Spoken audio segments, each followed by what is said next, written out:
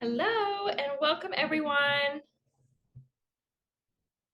Hope you guys are having a fabulous Wednesday. It's the Wednesday before Christmas, so I hope everybody is ready for the holidays, whichever holiday you happen to be celebrating this year.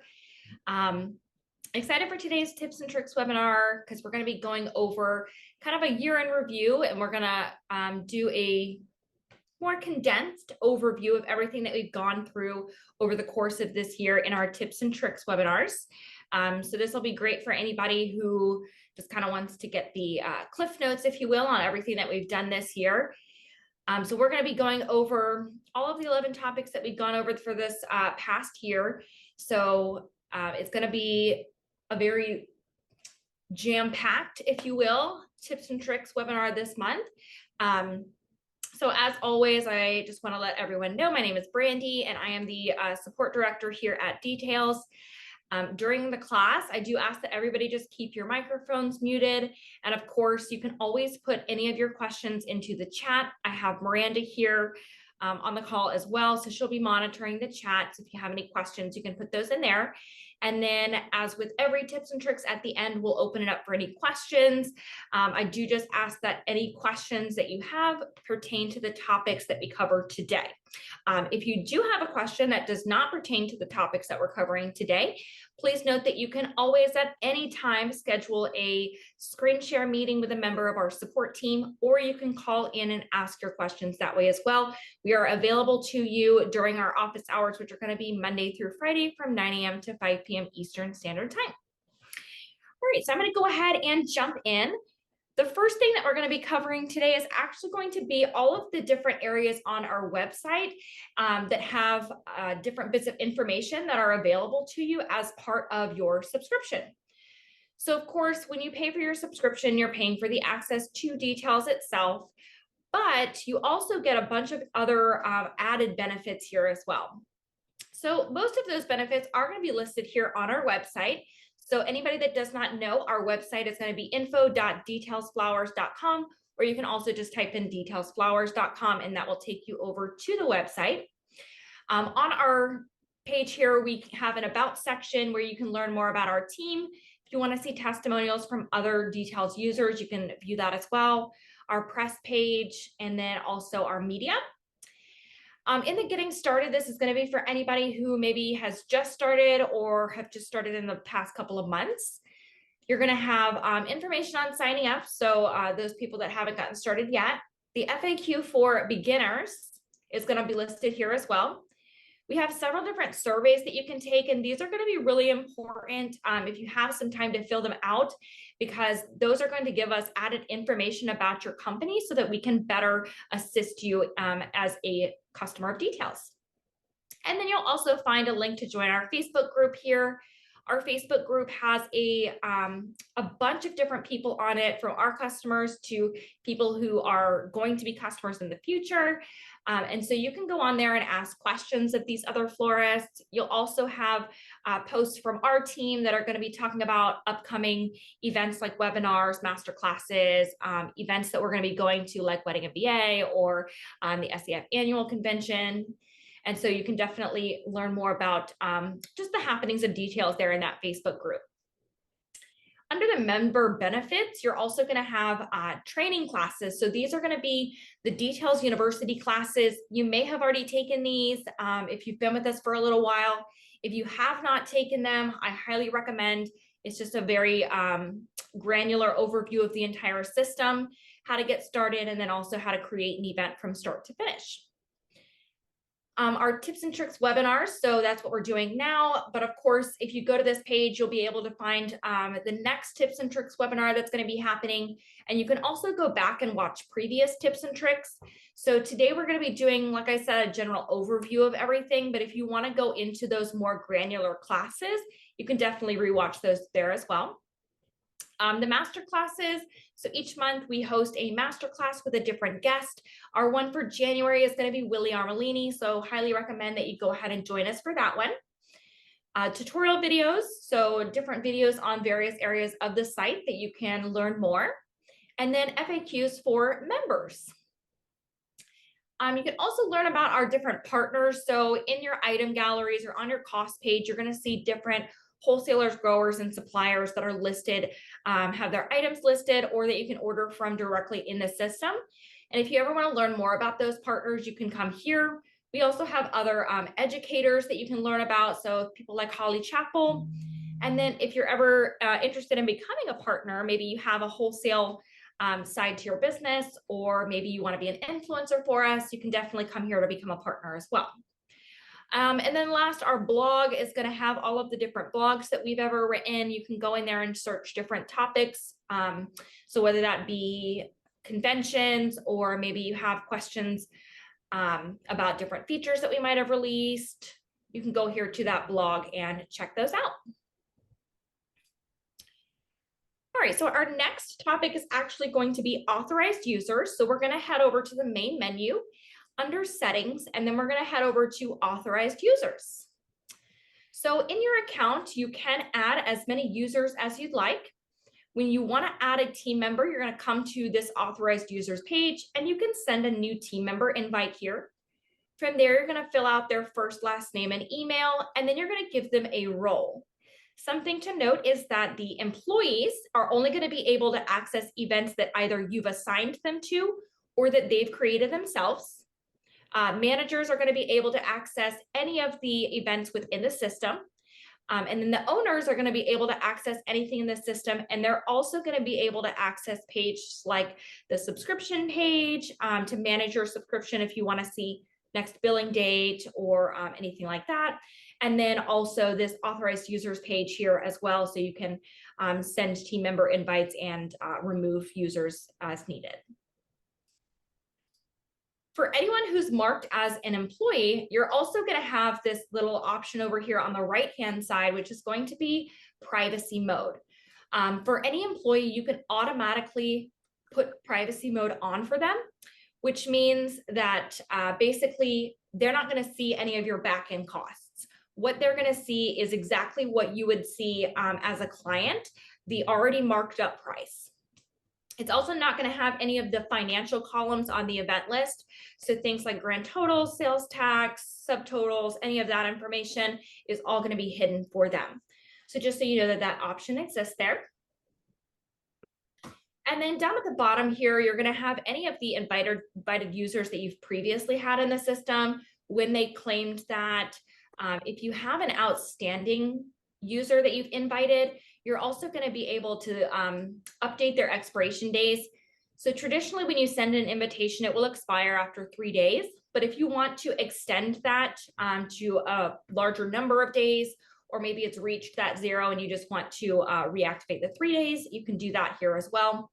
And you can also resend an invitation. So if it gets buried in their email and you need to send them a new one, you can send that here as well.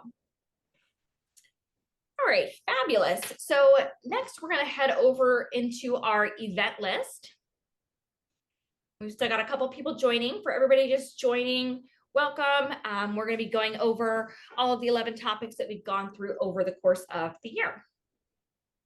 All right, so on the event list here, this is going to list out all of the events that you have, whether that be current, past events, events that maybe didn't book you. And then you also have an archived folder, which is kind of like a catch-all. So you can switch between any of those lists from that drop-down menu here. On your event list itself, it's going to initially show your current events. You'll also be able to see their statuses over here on the left-hand side. And you can click to change the status of an event at any time. If you're ever curious what status moves a client across the different pipeline stages that we see here at the top, you can go here to this little map icon, and that's going to show you an icon legend. So anybody who's a new inquiry, or maybe you sent the proposal, that's going to be in the inquiry stage. Anyone who's already signed the proposal or sent you a payment, they're going to be in the plan stage. Anyone who's in a logistics review or a table review stage, they're going to be in the review stage. And then, of course, at the point that you are printing documents, you've received that final payment, or maybe you sent off a quote for the products for that event, those people are going to be in your final stage. You can also narrow down your list here based on stages. If you want to see everybody who may be in your inquiry stage or who's in the review stage, who's in the plan stage, you'll just need to click on those different sections here. And over in the upper right-hand corner, we're going to have a couple of different buttons. The first is going to be search. So you can always utilize any of the filters that you see here in the drop-down menu as part of your search criteria. It's going to initially start off with your client name, event name, and then view, which is going to be those lists that we just looked at here. And of course, anytime that you want to add an additional filter, you're just going to select that out of the drop-down menu, click add, and then that will add it into your search criteria. This is also a great way to run a report though. So based on the columns of information that you have here on the event list itself, you can utilize this to run a report. So let's just say, for example, I want to see a report that's going to have all of my current events and all of the ones that are, let's see, assigned to a specific team member. So that's going to be my little list here. These are all of the events that are current assigned to the support team. And you can export that out as a CSV. It's just another way to run a report there. Next is going to be our settings menu. This is also something that is user specific. So if you're with us last month, we went over user specific settings. We're going to sprinkle a couple of these throughout the different topics that we cover today. So the event settings is going to be one of those areas. Basically what that means is I can have a set of settings and Miranda can have a set of settings and Alexa can have a set of settings, and they can all be different within the one company. On this area, we can choose when we click on a specific column, what is it going to do? Is it going to open up a specific page? Is it going to show specific information? And we can choose any of these options for any of these columns. Also on hover, so maybe if I hover over a specific column, I want it to show signed documents or show required payments.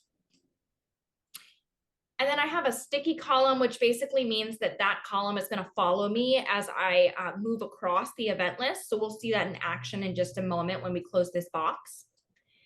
And then over here on the right-hand side is going to be all of your different visible options. So I'm probably not going to want to see all of this information every time I come onto my event list. So I can choose what columns I do and do not want to show just by clicking on these toggle options. All right, so I'm going to go ahead and save that. And let's go back to talking about sticky.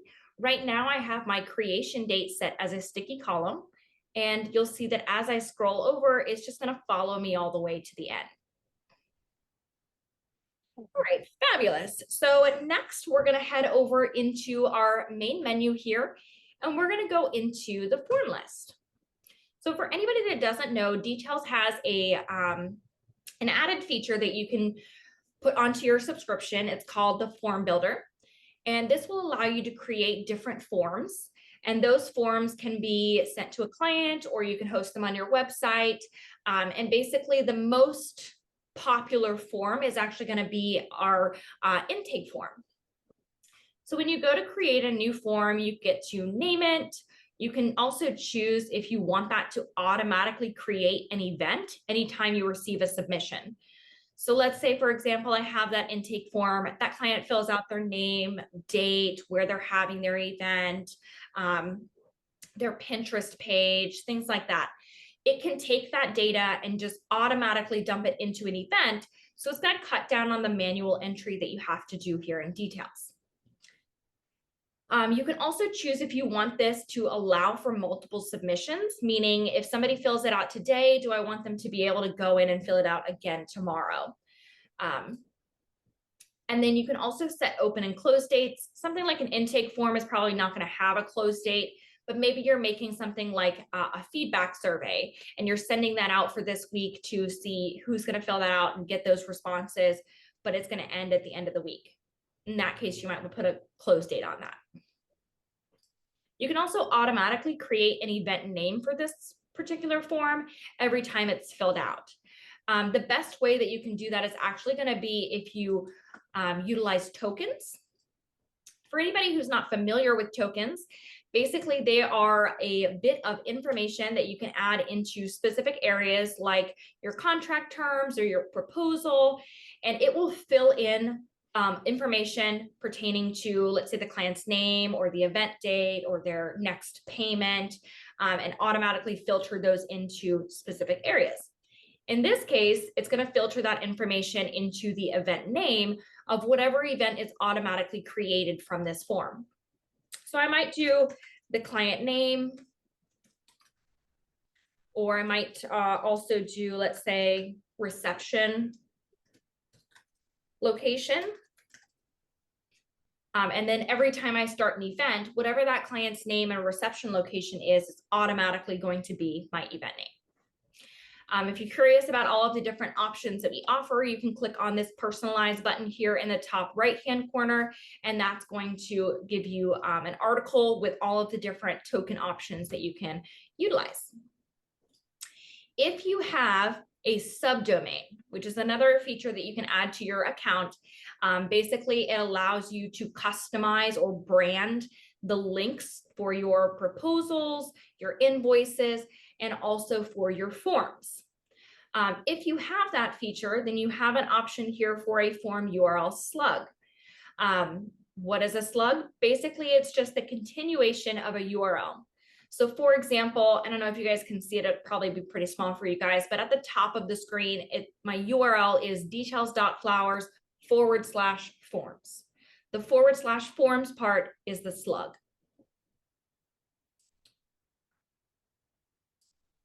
All right, so let's just go ahead and click into one that we've already created here. This is actually a template that that it comes with. So when you get your forms, you get 2 different templates. You get a wedding intake form, and then you also get a general intake form. The questions are going to be slightly different. One's more wedding focused, and one is, of course, going to be more general to any type of event. So it comes preloaded with all of the different questions that you see here.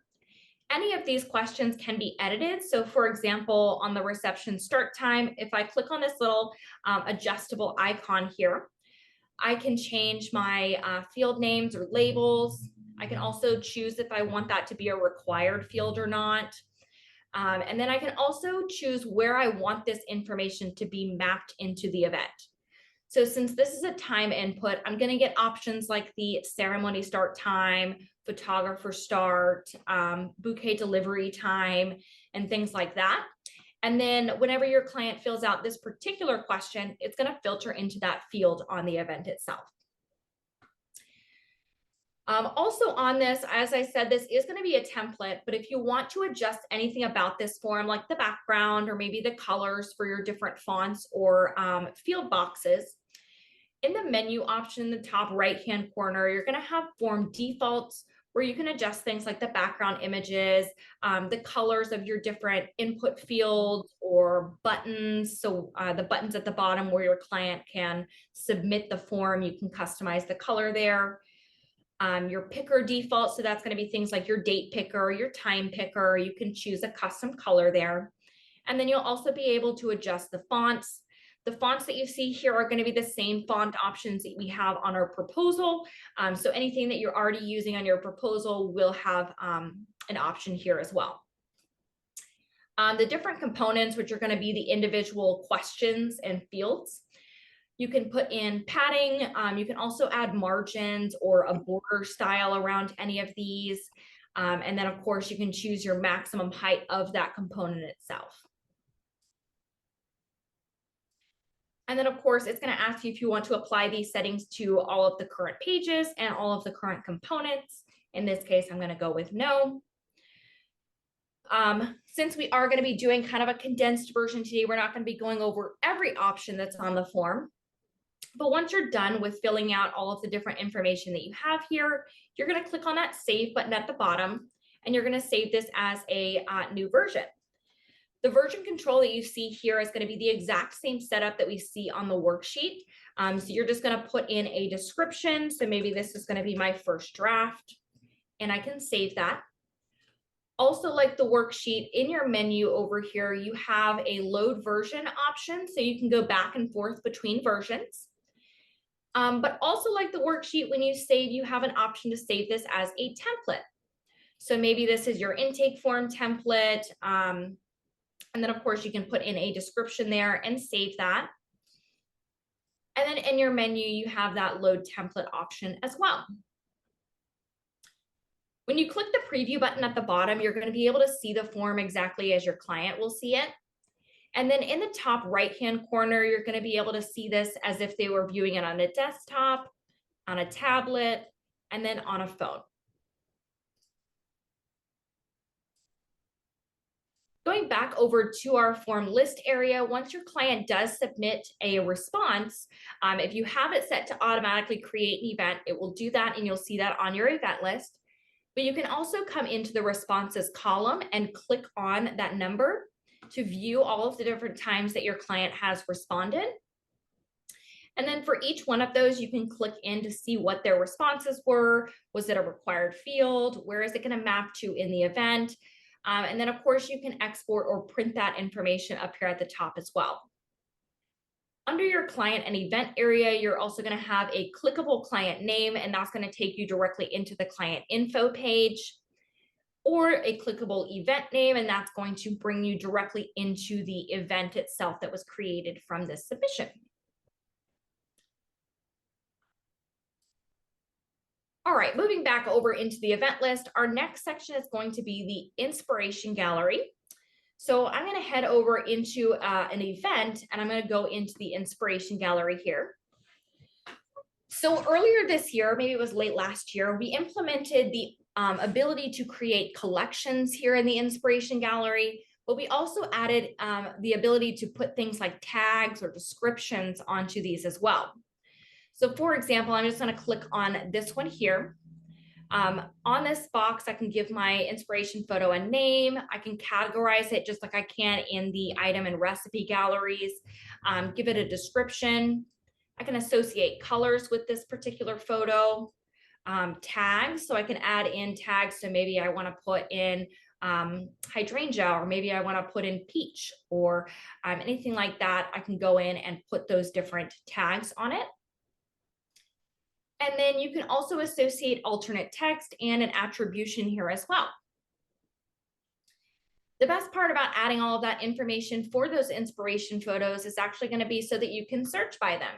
So maybe I'm looking for photos that are green and white. Maybe I'm going to search for a tag of green, or maybe I have a tag of green and white. So I can go in and search for those different inspiration photos here, and then easily star those to utilize in my event itself. You'll also notice over here the categories. So as you start assigning categories to your inspiration photos, this list will grow, and you'll see all of those different categories listed here as well. The search by name works very much so like they do in the item gallery and recipe gallery. However, you can also search by description or by attribution. So if you're looking for, let's say, photos that were taken from a specific photographer, you can definitely search by attribution here as well. All right, so next we're going to head over under resources into the recipe gallery, and we're going to talk about building recipes. In details, there are two different ways to create a recipe, and we're going to go over both today. But the first is actually going to be here in the recipe gallery itself. So when you're ready to create a recipe, you're just going to click into any one of the different collections that you might have already created, or you can click into the My Recipes. From there in the top right-hand corner, you're going to click on the plus add new recipe. And you're going to fill out your recipe photo. So you can upload that from your computer, or you can also upload via an image URL. And then you can give your recipe a name, description, assign it to a category. So maybe that's bouquets, boutonnieres, or maybe it could be something like boho if you're doing styles. And speaking of styles, we do have some preset styles that you can pick from as well. And then when you're ready to start building out your recipe, you're going to go to this add ingredient area, and you're going to start searching for the items that you want to use. For example, if I type in hydrangea, it's going to give me a drop-down list where I can utilize any of the different hydrangeas that I currently have in my item gallery. It is important to note that when you use an item in your recipe, that item does need to exist already in your item gallery. From there, you can go ahead and put in your quantities, and based on the price that you have, or excuse me, the cost that you have associated with that item in the item gallery, it's going to tell you what that cost is for the recipe here. Then it's going to go ahead and populate automatically a 300% markup. But of course, if you want to adjust that, you can definitely make that higher, lower, etc. And then that's going to give you your price or what you should be charging your client for that specific item. All right, so option 2 for creating a recipe is going to be found on the worksheet. So let's go ahead and head on over there. So on the worksheet here, when you're building out a recipe, you can definitely upload an image over here on the left-hand side to your design board by clicking on the plus add recipe and uploading it that way. But you can also go over to any line item and click on the plus symbol to add a blank recipe, that button up here in the top right. And then I'm going to click on the watermark image, and that's going to take me directly over into my all inspiration. So from there, I'm going to just click on an inspiration photo here. And then from there, we're going to go ahead. Somebody just requested to record the meeting, but I just want to let you guys know that this is being recorded and we'll be sending it out in an email later on this week. So you'll be able to view this later as well.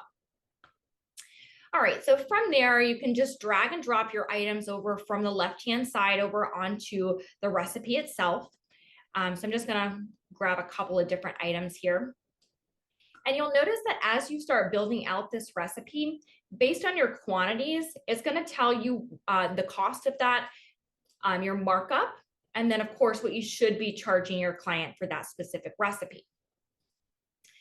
Then you can go in and put a description. You also have this copy ingredient list option, which is just going to copy the list of all of the ingredients that you currently have in that recipe. And then you can paste it directly into your description. Personally, I like to use the description as something that's client facing, and then the notes are going to be more for you guys on the back end.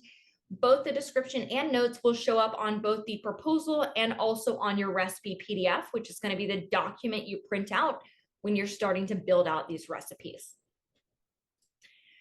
All right, questions that I get a lot are actually, if I build this recipe right onto the worksheet itself, how do I save it in my recipe gallery? So the question is going to be found under recipe options, which will be these two opposite facing arrows in the top right-hand corner. And you can save that as a new gallery recipe. Another question is, what if I want to use that same recipe on another line and just maybe make some minor adjustments to it? Again, we're going to go to recipe options here, and you can favorite that recipe, which will then show onto your design board for you to drag and drop right into another line. And then of course, if you wanted to add 1 or 2 more items or take away items, change quantities, you can do that here as well. And that will not change your existing recipe. It'll just be changes for this particular line item. All right, next, one of the things that we covered this year was templates. There's a variety of different places throughout the system that you can create templates. We saw the one that was on the form builder. Another is going to be found here on the worksheet itself.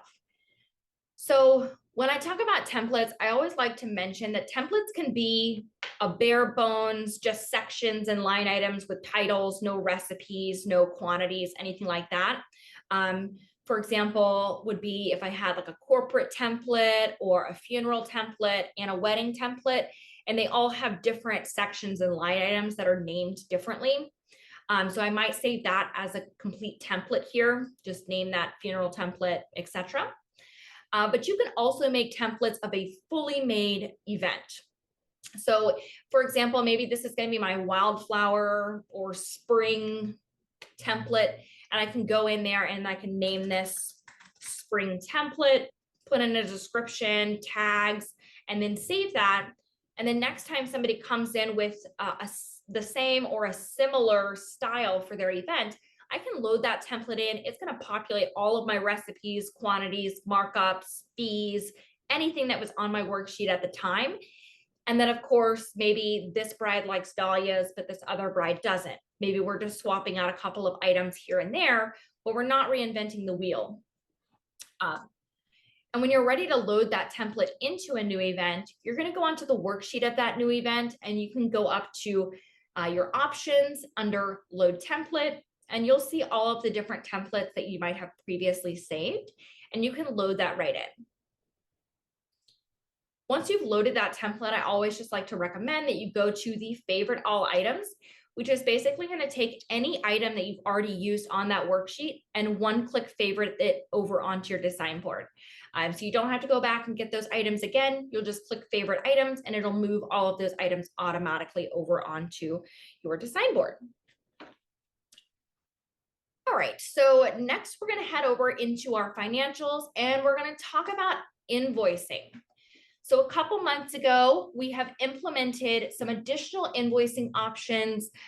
Most notably, we're going to have our auto send, where you're going to be able to schedule out and select dates for your different auto sent invoices.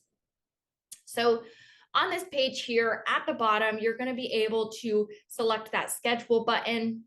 It's going to give you any payments that you already have listed on your payment section. So if at any point you don't see one that's that should be listed here, you can absolutely go over into your payment section and just make sure that that payment is listed there already. But at the point that you have that listed, you're going to get the drop-down option where you can pick your first payment, second payment, final payment, whatever that may be.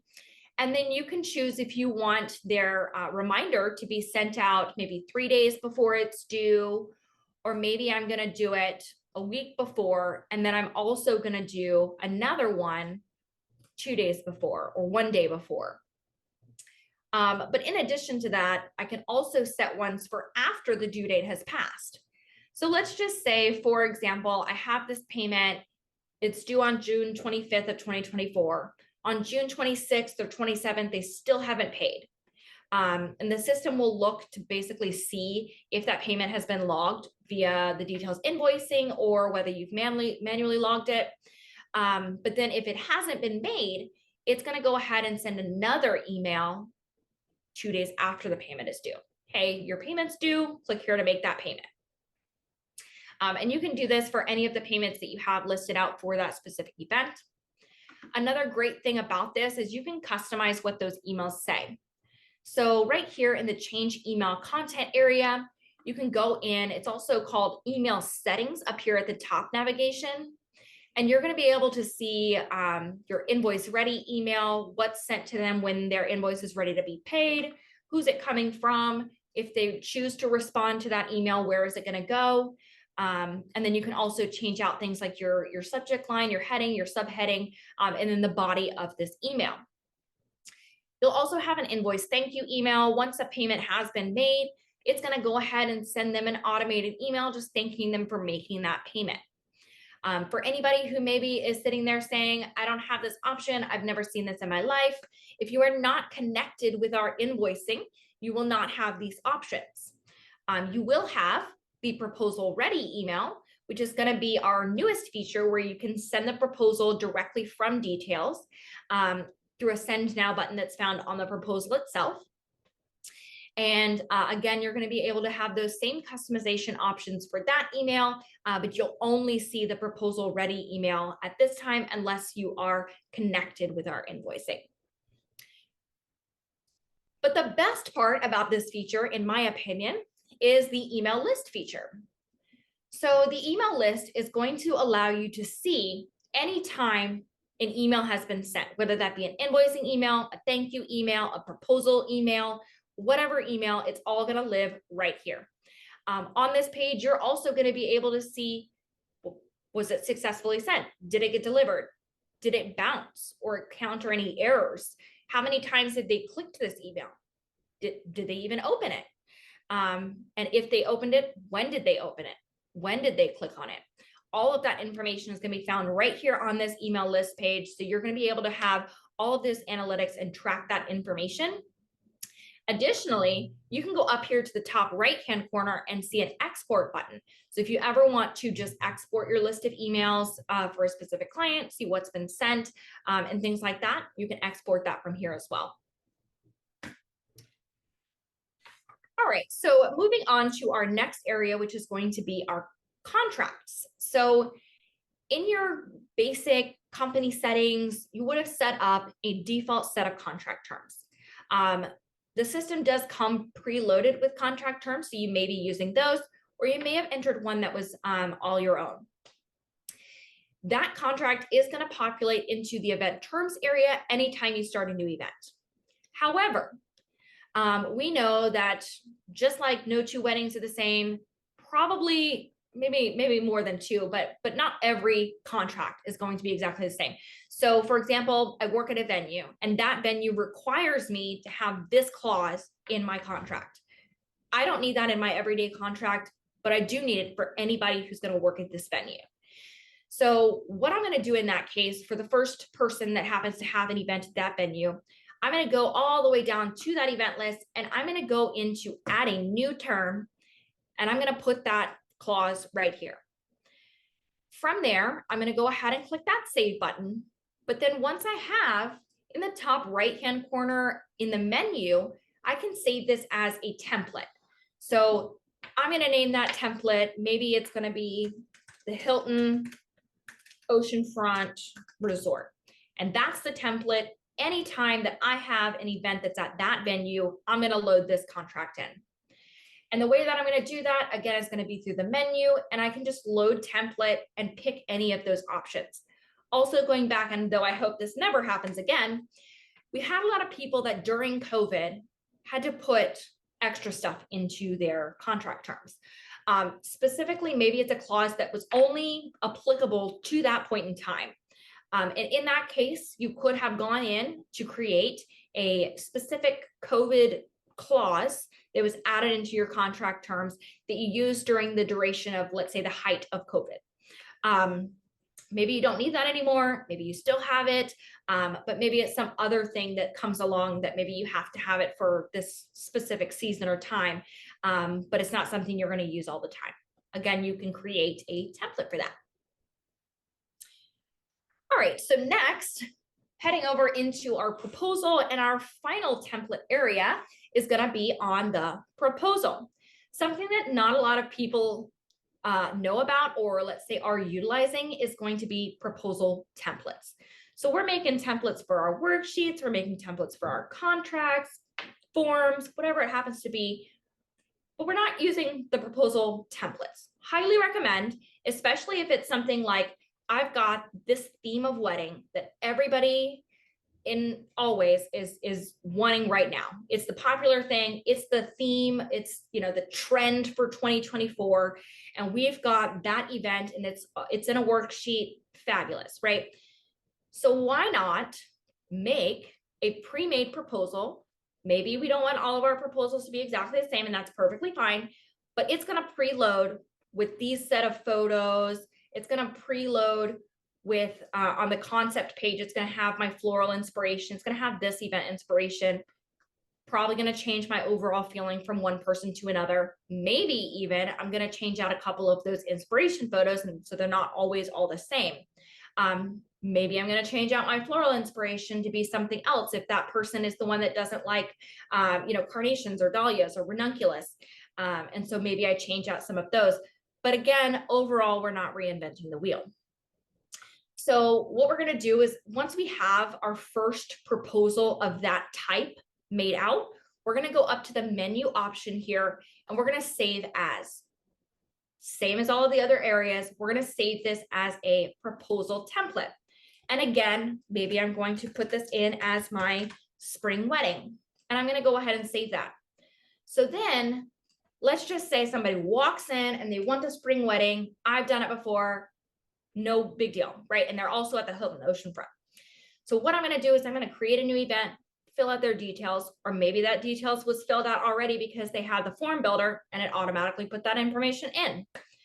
But now I'm just going to go in, load the worksheet, maybe make a couple changes, go into my financials under the event terms, load that contract template, done. go into my proposal, load that proposal template, switch out 1, 2, 3 items, save and publish. It's going to save you a bunch of time. So I highly recommend that you go ahead and utilize all of those different template features there. All right, so next on our proposal area is going to be our proposal settings area. So fairly new feature for anybody who's been with us for a couple of years. It was implemented last year. So we have options for the themes. So if you have your base account, you haven't purchased any templates yet, you have Blooming, Blossom, and Vanilla. Those 3 templates come with every single one of our accounts. If at any point you want to purchase additional templates, which are going to be found in the marketplace under the main menu here, you're going to have a variety of different options for you to choose from. And those are going to be listed out here. You also have your page number, your footer information. So it's going to populate automatically with the client's full name and then page number blank of blank. And then you're going to be able to choose your alignment here in the drop-down menu as well. In the middle, you're going to be able to change out those fonts. So like I said, it's going to be the same fonts that we found on the form builder. And you'll be able to click into those different font options and change out your category, family, and variant. And then it will give you a preview of what that will look like over here on the right-hand side before you go ahead and implement that into your proposal. On this proposal area, you're going to have 2 different fonts. You have a primary font, which will be the majority of things on your proposal. And then you have a secondary font, which will be all of your headings. And you can change both of those. Right here at the bottom, you're going to have a client signature option. So this option is only going to show up after you have received your first signed proposal for this particular event. Once your client signs, you're going to have this client signature option. The point of this option is basically if you go in and you make changes and you adjust things and we're changing quantities and basically the grand total has either become higher or lower, but changed in some form or fashion, you are going to want to have your client re-sign the proposal. So you can go ahead and if you want to retain the signature, you don't have your client go in and sign it again, you can do that. But if you want them to sign again, to say, yes, I confirm, I approve these new updated changes, you're going to go ahead and toggle that to no, and then save and publish. That's going to clear out your signature line so that your client is going to have a new line to go in and sign. For anybody who is concerned about losing that previous data, in the top right-hand corner under your client's name, you have an area called View Documents. From this page, you're going to have an area called Signed Documents. And anytime that your client has signed a proposal, it's going to be listed right here. When I click into one of these signed documents, it's going to be basically a snapshot of the proposal at that time. So if I click on the August 16th version, it's going to be whatever proposal and signature was on that page at the time of August 16th. I may have made 20, 25 changes since then. We hope not. But either way, I can go back and I can view the proposal at the exact time and moment that that person signed with the signature at that time. So if you ever need to go back and have different versions of those signatures, you can definitely come here and see that information. And then we have your company info section here. So you're going to be able to change out your logo. So if you have maybe a sub company, or maybe you have 2 different companies, 2 different locations, you can definitely change out your information here. So your logo, company name, your address, and then your contact information. You can change all of that here. And it will populate already with these tokens, but you can always just go in and type in an email or an address or something like that and populate that here as well with free text.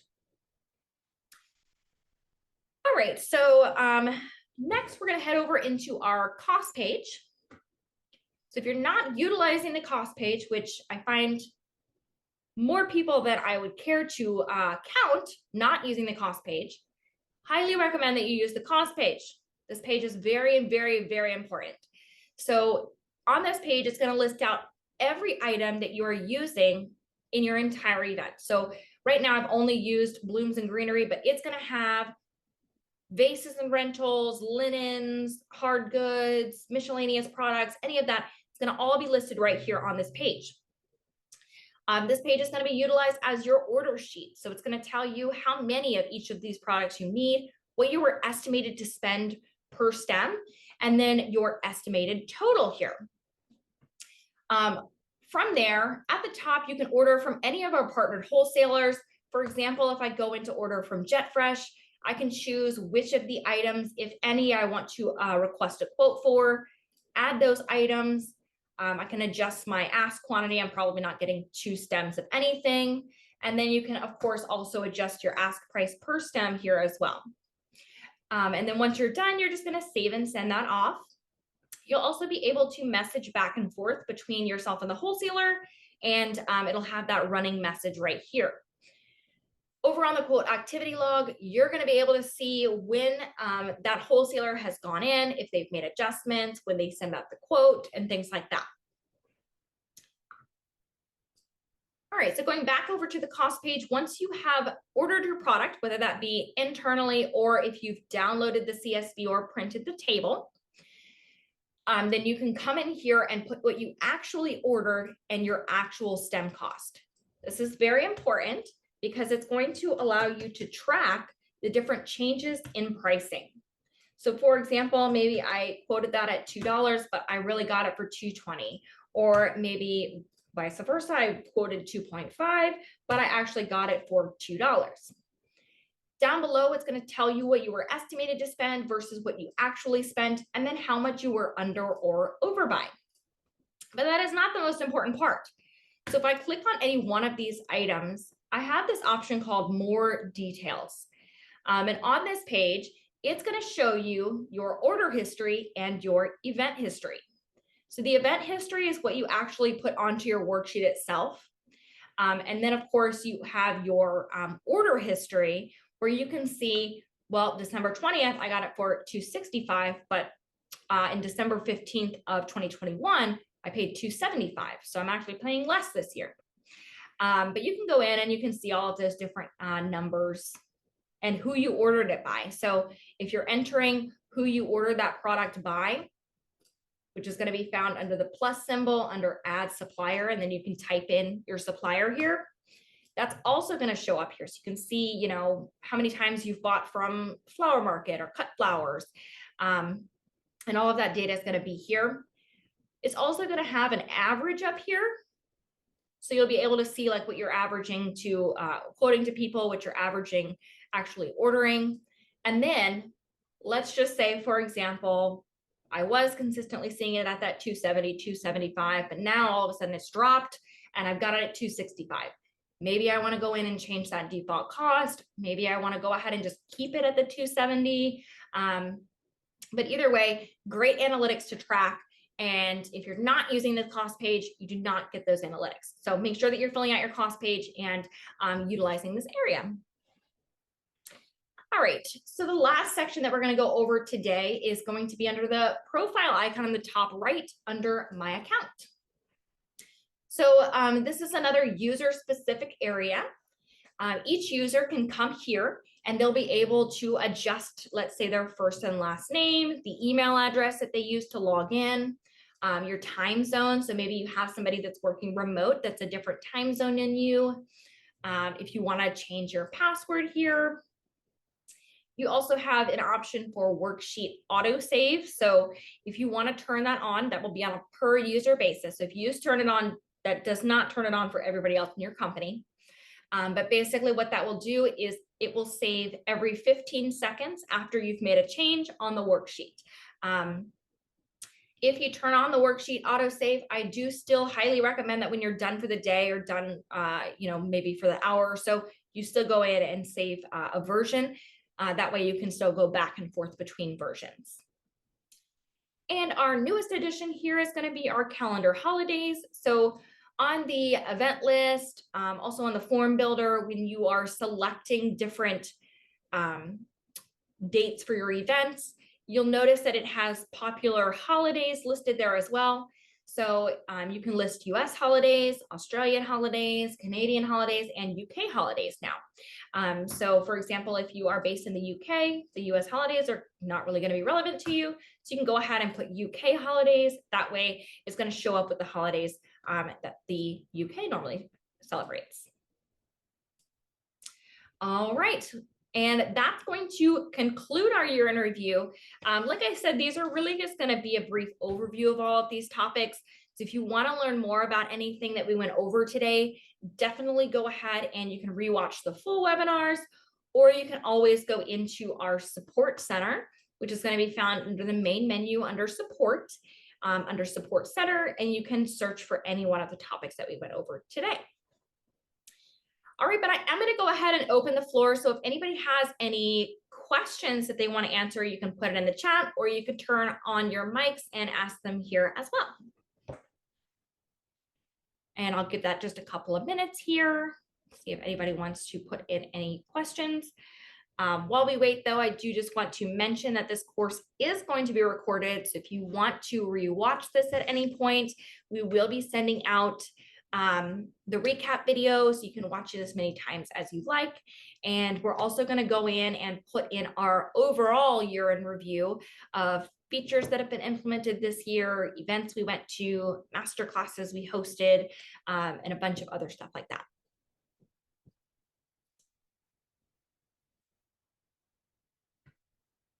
All right, you guys, we made it through without any questions at all. All right. Well, in that case, I'm going to go ahead and stop the meeting now, and we're going to go ahead and end it. I do hope that everybody has a fabulous holiday season, whatever you happen to be celebrating this year. And definitely don't work too hard. Take Christmas off if you're not already doing so. And we look forward to seeing you guys again in the new year.